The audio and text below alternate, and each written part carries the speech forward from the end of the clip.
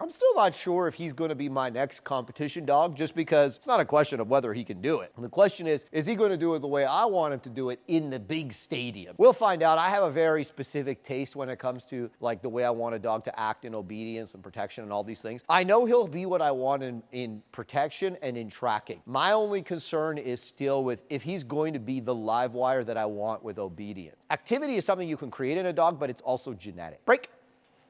What I want out of the dog is such an intense level of activity, and to some degree, it's a wiring. Like he's willing, like he wants to work, but he doesn't have that insane activity level where, you know, he's kind of vibrating out of his skin. Like even the barking here, right? He's kind of like a diesel engine, you know? He kind of has to get going a little bit. And I like him supercharged. Yep, very nice. He's not like a crazy fast-moving dog. And of course, he's in that awkward puppy stage. So I've kind of been working a little bit on the positions. And I've realized that for him, I'm going to have to kind of make him do a little hop if I want him to throw himself into positions. He's just not that kind of dog that's going to naturally do it. He doesn't have that kind of twitchy, fast behavior. So I realize now that I'm going to have to kind of artificially create that picture. So what I'm going to do is I'm going to teach him now to start jumping into positions instead of just going into positions. So what I'm going to do now is I'm going to show him the verbal signal. Sit. Chip. And I'm going to reward him. Plutz. Chip. And you can see now every command will begin with a jump. And I'm going back to adding a lot of help now because obviously this is something new. Plutz. Yep. Good. Sit. He's got that sit down. Well, I had to stand. Shh. Chip. Really nice. Chip. Really nice. Good boy. Plutz. Chip. 2 stages there. You can see he kind of was like jump and then stuck. Sit. Chip. And I'm starting to insist on the little hop, right? Sit. And of course, if he's in mid-hop, he'll go there. But the key is verbal signal, then hop. Sit. Chip. Nice, buddy.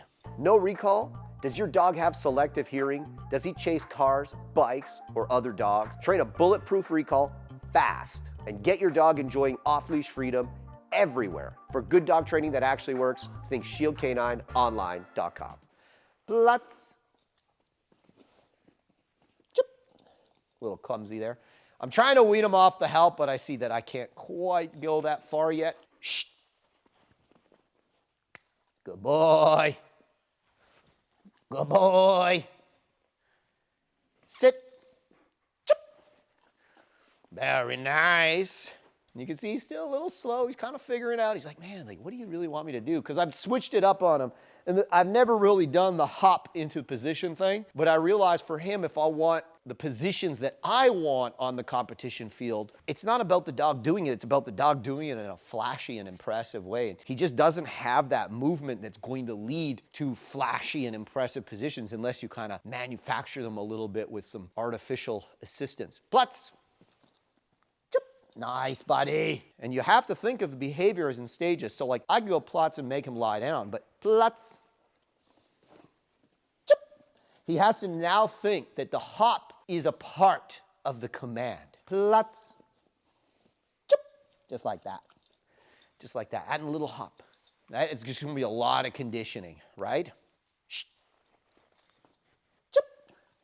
You can see he still needs that help. As you guys can see, it's a bit of an interesting thing. I'm going to do it for a while. It's one of those things that you kind of have to condition over a period of time and get the dog into that mindset of doing it like that. And then once he's doing it like that reliably, we're going to have to start to add a little more to the equation. So what we're going to do now is we're going to go back and work on his formal fronts. If you're in my power front course, you know what I'm doing here. Yeah. You always like to do that, don't you? Really nice. And this position here, when we're working on this, it's all about the small things. Come on, come on, come on. No, you can see he wants to wrap my left leg there. No, you're rolling. Chip. With puppies, it's all about body mechanics. Look at that. Look at that hip. He rolled on the hip. I don't reward that. Chip. That's what I'll reward. Come on. Chip. Nice. When he's properly set on his haunches and he's square, that's what I'll reward. Chip. But when you see lazy posture, right? And it's not lazy, he's just awkward, right? He doesn't quite know. Good. Good.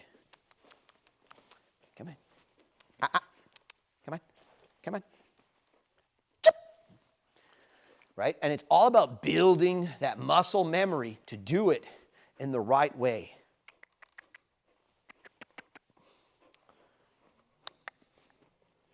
Chip. Oh, wow.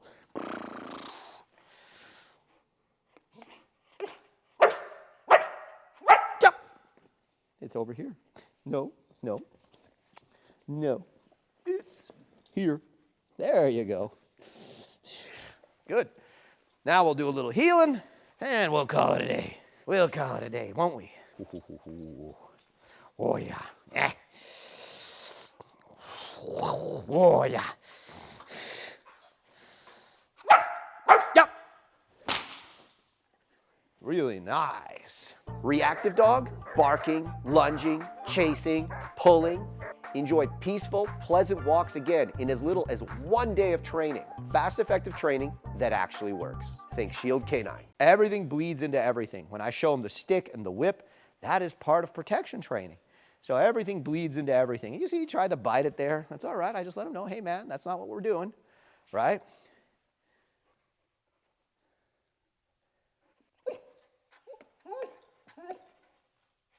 Oh yeah, man. Oh yeah, hey.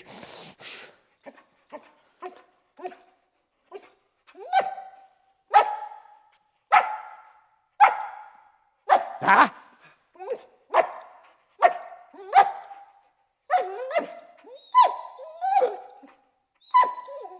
Hey, shh, hey, get back. And you have to recognize he's going halfway. He's not giving you everything here. Oh. Yep, that was better. He gave me a little more there. You have to be able to recognize when the dog's going halfway, right? Wata, wata, wata. Yup. And you start showing him these pictures he's going to see in protection. I show him all of that in obedience. Oh, yeah, man. Hey, hey. Oh, yeah. Oh, yeah. There it is. There it is. Wow. Wow. Come on, keep going. Joy. Come on, come on, come on, come on, come on, come on, come on, come on, come on, come on, come on. Nice. Ow, that hurt. That's good. That's good. It should hurt.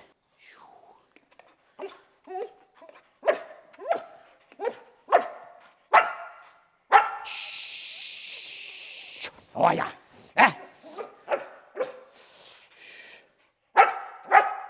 Yep. Whoa, there it is. There it is. There it is, buddy. Yeah. Really nice. Super. Done. Okay, guys, that's a little training session with Hammer. There's all sorts of little things that I look for, right? It's not for me, please. It's not for me whether the dog is doing it.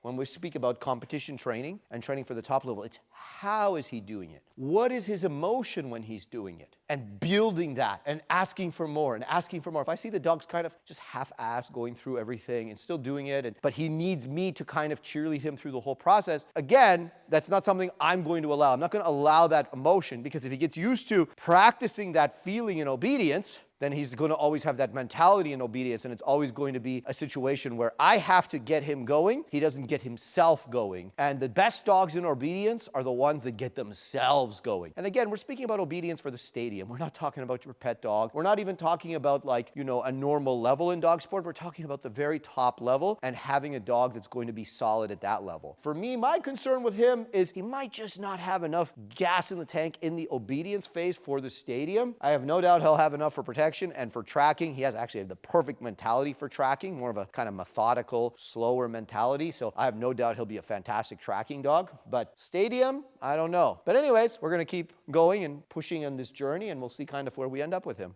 Good boy.